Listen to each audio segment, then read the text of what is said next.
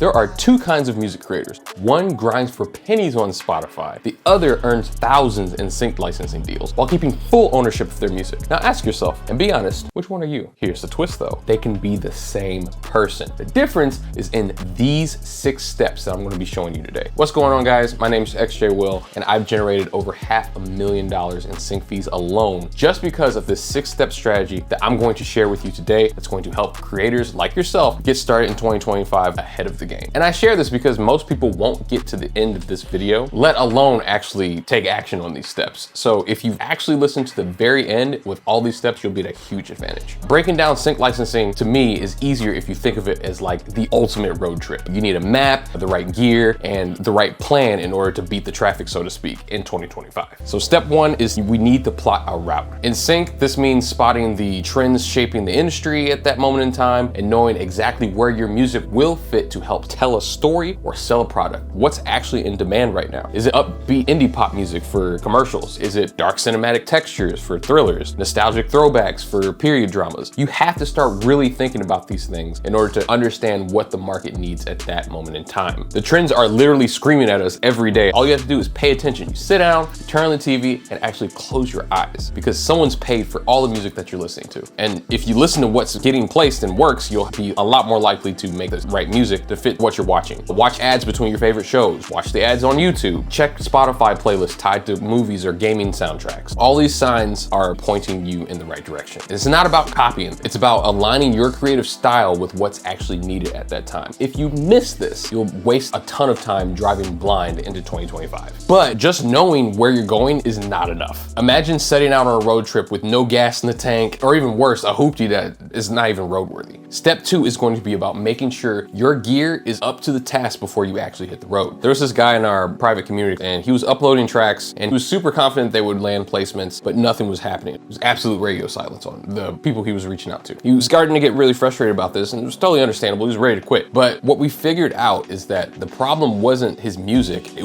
wasn't built for sync. And once he made a few key adjustments, the deals started rolling in. Here's a checklist of things that you can do to make sure that your music is sync ready. Step 1, make sure your mix is simple. Keep the arrangements clean. Sync music needs to complement the visuals, not compete with them. Step 2, structure for use. Add subtle changes every 4 to 8 bars, add a new instrument, pull back a layer, or shift the dynamics to make sure that your tracks are fresh and editor friendly. Step 3, focus on dynamics. Build energy shifts, rising tension, or big drops. Have the vocals do something crazy. These moments help editors match scenes with the pacing they want to create more emotional impact. Without these 3 things, it's like being stranded with a flat tire. You're not going anywhere. But with them, you're ready to actually hit the road. All right, so now we got our car ready. The gas tank is full. We don't have to worry about tires. You know what music trends are in demand. But without a route, you'll be wasting time driving aimlessly, burning a bunch of energy with no clear direction. Kind of like with Spotify and other DSPs when it comes to streaming. I know how tempting it is to just start pitching everywhere once you feel like you have the right music, but that's a trap. I've made this mistake plenty of times myself, and all I got was burnout and crickets. The problem is that not all these people are looking for the kind of music that you actually make. The more scattered your approach is, the less likely you're going to actually land placements, chasing the wrong clients. This means that we need to plot our route so that we can narrow our targets down. Research the libraries or supervisors that specialize in placing music of your genre. If that's cinematic scores, focus on libraries that work with filmmakers or trailer houses. If you make high energy music, you might want to look for sync reps that specialize with commercials. Build a focus map of where your music fits and then stick to it. When I narrowed down my focus to just 3 different libraries, I landed my first placement within just a few months. You'll not only save a bunch of time, but dramatically increase your chances to get sync placements. Now that you've plotted your route, it's time to pack your essentials because even the best plans fail without the right tools. Imagine going somewhere very far away and realizing you forgot your charger for your phone. Your trip would completely stall out because you might not have a GPS to keep the map in front of you. Step 4 is about packing those sync essentials. These are the tools that make your music ready to license immediately so that when supervisors need them, you're right there, ready to set them up with the OOP. I've seen this happen a ton of times with myself and other community members that have lost a deal because they didn't have clean versions of their music or an instrumental ready to go. It's like hitting a dead end because you didn't refuel. Here's the few essentials that you'll need to pack. Number 1, metadata. Label every file with its track name, your pro details, your contact information, all that kind of stuff. It makes it impossible for supervisors to overlook you. Second thing, make sure you have stems and alternate versions ready to go. Instrumental versions, cut downs, things like 30-second versions. Have your stems ready because flexibility is key and normally how they can charge more exclusive fees for for your songs because now it's customizable towards their story. The third thing, create a sync toolbox. Have a pitch ready bio ready to go, a playlist of your best tracks, and some type of system for fast file sharing.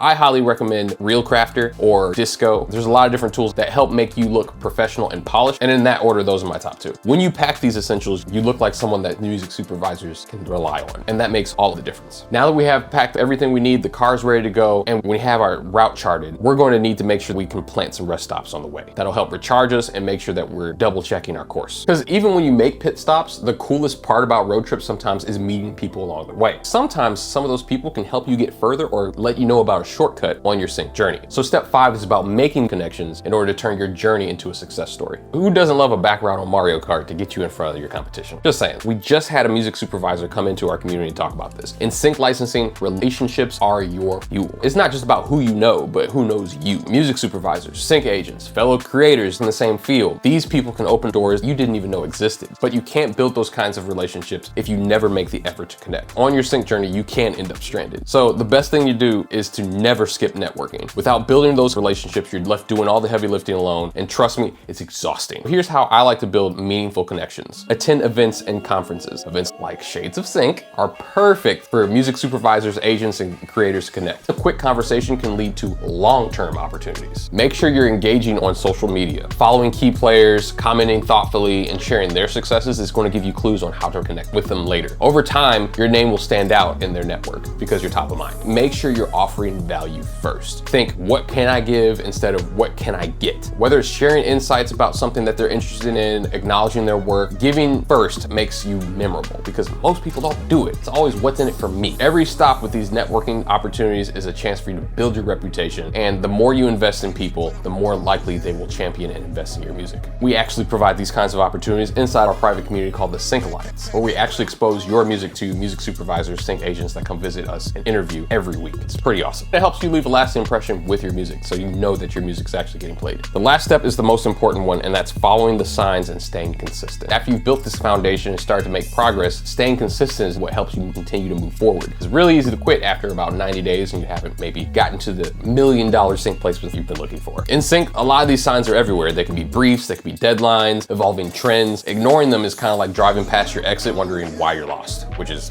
beyond me. Too many music creators do this all the time when it comes to stopping after one submission or lose momentum because they don't see instant results. Again, this is a long game. Sync success is about persistence and steady effort. I like to try to stay on course with these 3 things: making daily sync habits, spending 10 minutes each day checking briefs, updating my playlist, or submitting new tracks to supervisors and sync reps that I've already made relationships with, because those small steps lead to bigger progress. Number 2, you need to track what's actually working in your catalog. Use a simple spreadsheet and log submissions. Make sure you know where you're following up at all times and receiving feedback if you're in a private community like the Sync Alliance. These kinds of things help track your progress and also builds confidence. And then number 3, make sure you're refining on the way. So again, trends, looking at what briefs are shifting. It's the end of the year, so now we understand what the market is really leaning towards and maybe making some predictions or trends for what's happening next year. That way you continue to stay competitive in your approach. The creators that stay consistent are the ones that actually reach their goals. Just fact of life. But even with the absolute best roadmap, most musicians hit a dead end without the right daily habits. We spoke about some of them earlier, but there's way more habits that you can use that help set you apart from everybody else. So in this video, I'll walk you through the best 9 habits that you can start today to level up your sync career for next year.